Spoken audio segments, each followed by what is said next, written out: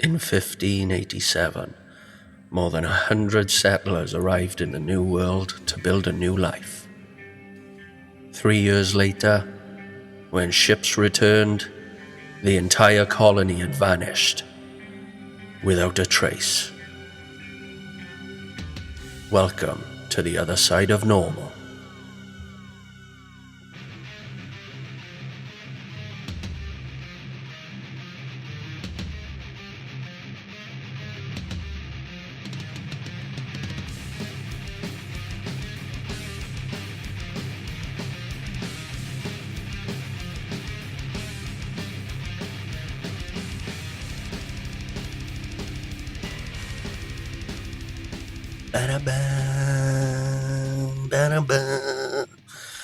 Hello, welcome back, intrepid listeners.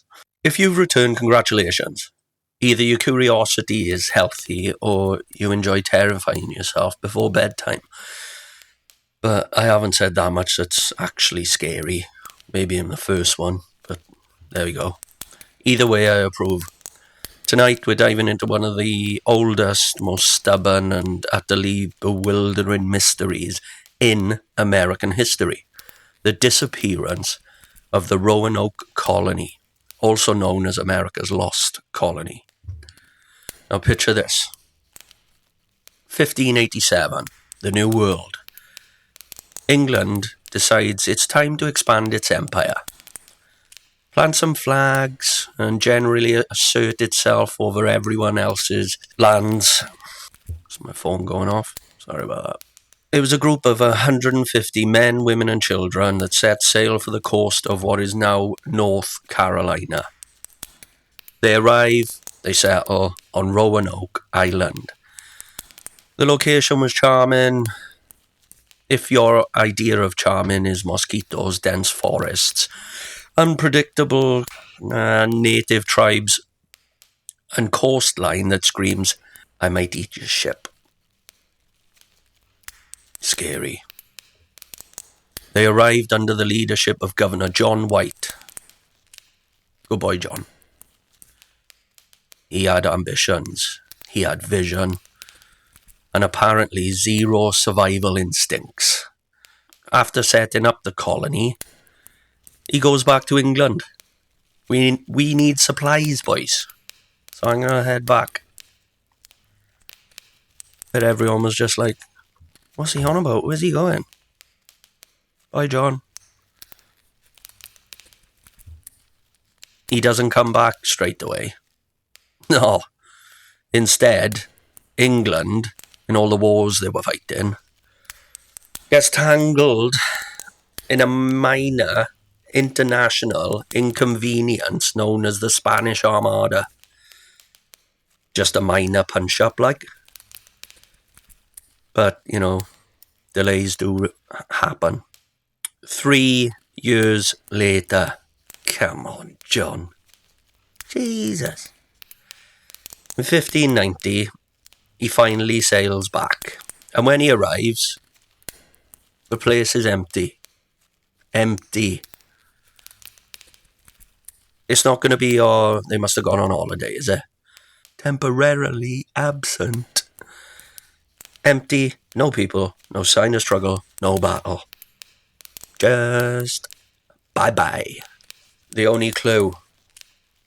The word Croatoan was carved into a post. Some other fence posts also had crow carved into them. Intelligent crows. It's C-R-O, by the way. Ain't got a W on the end. I'm just trying to be funny. Get the listeners in, But thanks to all 8 of you that subscribe on my YouTube. And the hours and hours of people listening on Spotify. And not chucking me a like. Thanks. But, I'm doing it for me. Because I'm cool as fuck. At this point, John White probably wanted to curl up under a tree and reconsider every life choice. Imagine travelling across the Atlantic to check on your carefully planted colony and being greeted with a giant, mysterious headfuck.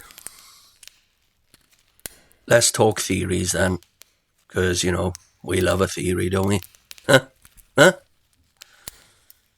Because, of course, humans are terrible at leaving mysteries alone. Can't do that. Why is that like Abbott? I don't know, but I want to know. Theory number 1. Integration with native tribes. Some historians suggest the colonialists weren't massacred. They may have been absorbed into local tribes like the Croatoan or the Hatteras people.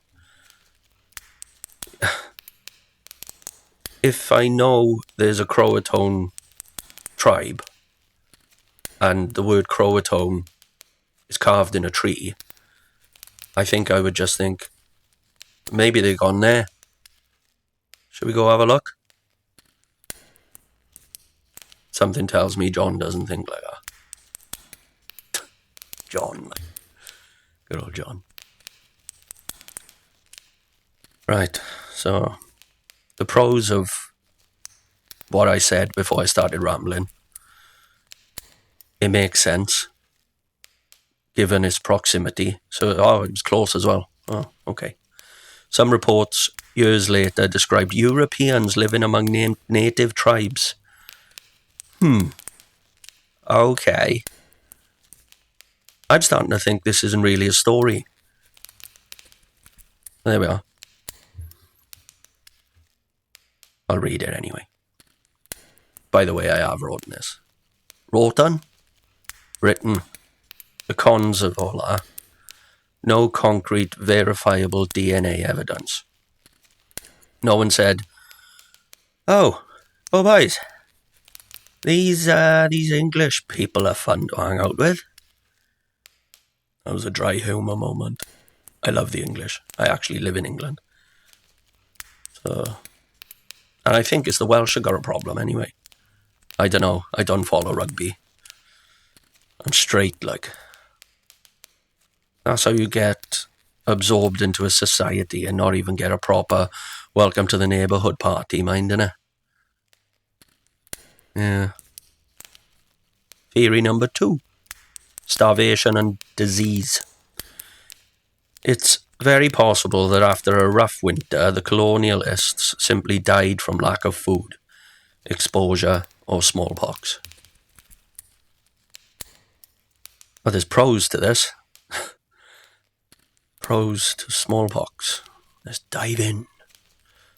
It's plausible. Fair enough. Colonialists were dependent on supply ships that never arrived. That shows what John's like. And to get some food, he don't come back for 3 years. The shop was a while away.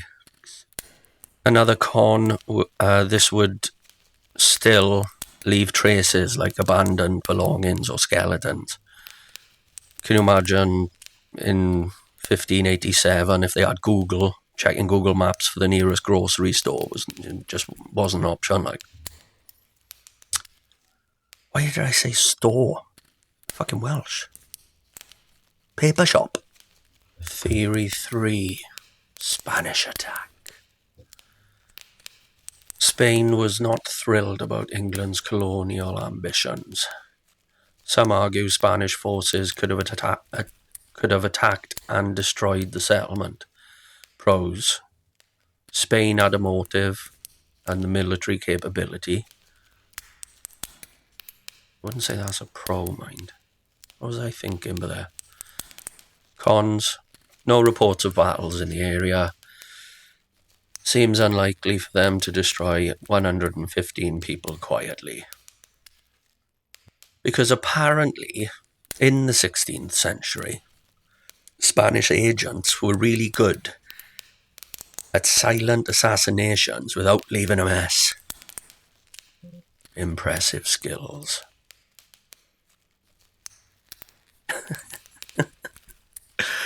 I really don't care if people don't find me funny. I think I'm fucking hilarious. Theory number 4.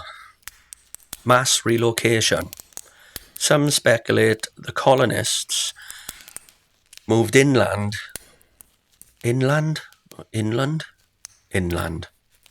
for safety or to meet other tribes. Pros: explains the lack of immediate evidence. Cons: for 115 people to walk inland and vanish without a trace, that's like trying to relocate an IKEA store without the public going, "Where's that gone? I'm off to IKEA. Oh, no, I'm not." Let's pause. Let's acknowledge something important. That word, Croatoan, carved into the post with intention, or so it seems. But John White, I'm just going to call him John, it's funnier.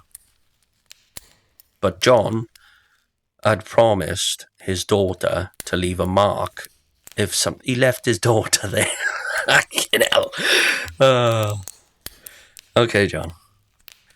He promised his daughter to leave a mark if something went wrong. He looked for a Maltese cross carved elsewhere and didn't find one. Basically, what they left him was a, "Hey, we're gone. Good luck, Dad," kind of message. Very, very subtle. Now, let's get atmospheric. Picture Roanoke Island as John arrives. Trees rustling in the Atlantic wind, abandoned houses standing eerily intact, crops grown wild, abandoned tools scattered, nothing smoking in the chimneys. And somewhere, just a carved post, Croatoan. Imagine the panic. Imagine the quiet horror. 3 years of anticipation, supplies, planning, gone. And the only clue is a single word. Fast forward now to modern investigations and shit. Archaeologists and historians have excavated dozens of potential Roanoke sites. Some believe they lived with the Hatteras Indians. Some artifacts show European origin embedded in native settlements. DNA testing has been inconclusive but tantalizing. Now here's a fun fact. The National Geographic Society has repeatedly said, "We might never know what happened," which is historian speak for, "Yeah, we have no clue, stop calling us." Now, let's talk the cultural impact, because this story isn't just history, it's mythology now as well. The Lost Colony has inspired novels, TV shows, and a surprising number of conspiracy theories. From aliens, of course, it's always aliens. Where did he go? Aliens! Did you see that? No, but it was aliens, but I'm telling you. It was fucking aliens, like. To secret underground caves, humans cannot leave a 400-plus-year-old mystery alone. Some even suggest time slips. I love a time slip. Or dimensional travel. I've never done that. Yeah, because if a colony disappears, clearly the multiverse is involved. I'm sure the colonists are just laughing somewhere, like, "You think we went extinct?" Ha! Wait until they blame interdimensional portals now. The Roanoke disappearance is perfect for slow burn horror. Why? There's no blood, fire, or explosion. There's only nothing. There's only absence. Absence is subtle, unnerving, psychologically horrifying. Try telling someone a story where the worst thing that happens is nothing. Oh, I got chills. Betty, I got chills, yeah. Oh, don't tell me that again, Dave. Some modern evidence adds spice. Artifacts of European origin in areas surrounding Roanoke suggest survivors may have merged with other populations that were local. Some oral histories among native tribes reference pale-skinned people arriving mysteriously, integrating and disappearing into legend. No direct accounts from colonists exist, none, only the tantalizing carved post. Which is why it's the perfect mystery for a podcast. No messy details, just endless nothing. What do we know about it, Di? Dunno. Did they find anything? Nah. Why is it so famous? I haven't got a clue. So, these people arrive in the New World, set up home, wait 3 years for supplies. Supplies never come. Some probably say, let's go live with the friendly tribe over there. They got loads of food. Worst case scenario, it's still better than dying here without food. It's plausible, it's sad, it's human, and probably terrifying if you were 9 years old and missing your mother. Now let's make it a bit darker. If some colonists did integrate with native tribes, what does it mean? They adopted new customs, names and families. Their descendants live today, but no one knows their lineage. The lost colony might not be lost, just unrecognizable, merged into history. So technically, the colony wasn't lost. They just ghosted John, like a 16th century disappearing act. Just stop texting him. Fucking nuisance. Let's circle back to the carved wood. Croatoan. Croatoan was an actual tribe, living south of Roanoke. Could this have been a destination? Probably. Could it have been a warning? Possibly. Could it have been a sarcastic note left by a colonist who hated paperwork? Plausible. Dry reflection coming. Roanoke teaches patience. Roanoke teaches humility.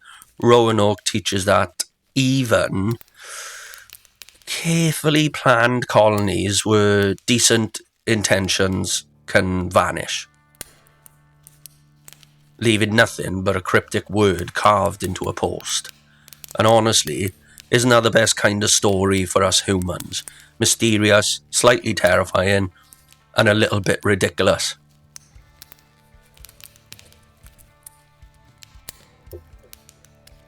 So there we have it. That's my 2 cents. If tonight's episode made you ponder disappearance, survival, or cryptic messages carved into wood, reach out, send theories, share stories. Maybe check your backyard for Croatoan carved into your fence.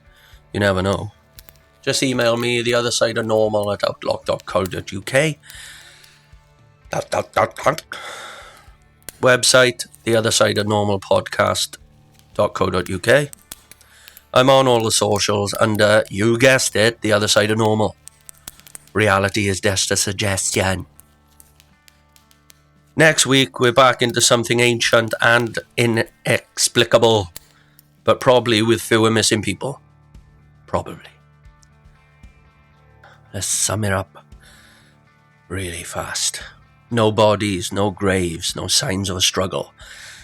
The houses had been carefully taken apart, as if whoever left had done so slowly, deliberately. An entire community, men, women and children, simply gone.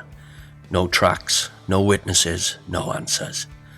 And that's the part that lingers. Because people don't just disappear like that. Not all of them, not an entire colony. Yet whatever happened there was so complete, so final, that for centuries not a single person has ever been able to prove where they were. Which leaves one last unsettling thought.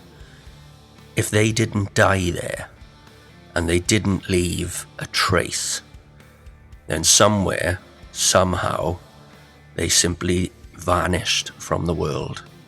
And sometimes the most terrifying mysteries are the ones where no ending was ever found.